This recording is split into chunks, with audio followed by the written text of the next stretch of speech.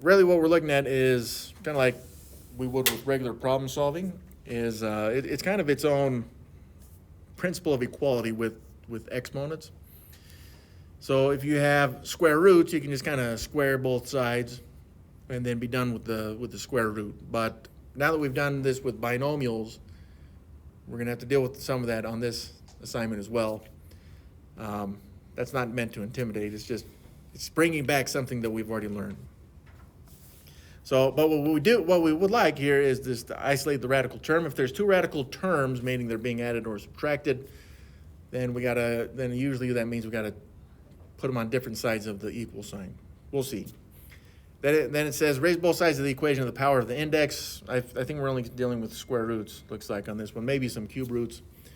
Excuse me. And then you have an equation because the root should be gone. You solve it from there. If you still have one, then work towards getting that. But that kind of re-initiates this whole process. But you do have to check your answer because sometimes these answers they may not work if you find that they're outside of the domain.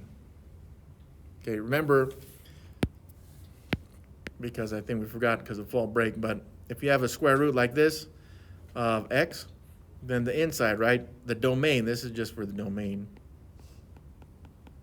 We're not doing domain stuff, but just remember, it has to be in the domain to be an actual part of the answer. X, at the very least, it has to be greater than or equal to 0. Right, cannot be negative. Okay, and that would be true as well. So if you had like 1 plus x, then 1 plus x has to be greater than or equal to 0.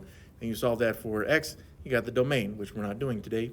Again, if you see anything outside the domain, it's not your answer. All right, the principles of power, like I said, it's a principle of equality. So if you have two things that are equal to each other, and this is very basic, it's very abstract. A could be the square root of some garbage plus some other garbage. B could be a fraction with some garbage and more garbage. Okay, but if you take both sides, the whole side, and raise it to the same power, you maintain equality. But again, this is a good way to get rid of roots.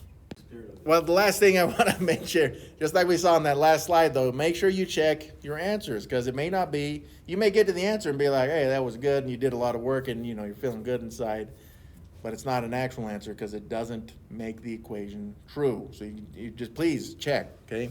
And by the way, your calculator knows how to check for you if you just type it in. That's all I'm going to do to check. I'm not going to write it out and then do it by hand. I'll probably write it out, but not do it by hand. Now, as you know, we start with something fairly basic like this one, and it's fun, and we enjoy it. Well, yeah, but let's go through our process here so that we can make sure that we're on the right track for the other ones which are coming. So on this one, again, what I need here is an x equals. I don't want the square root of x, so how do you get rid of the square root? You raise it to that power of 2. But if you do it to one side, it is a principle of equality. You need to make sure you do it to the other side. So I'm putting the 5 in parentheses.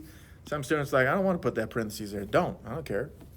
It's going to give you the same answer, but x equals 25 right here. Boom.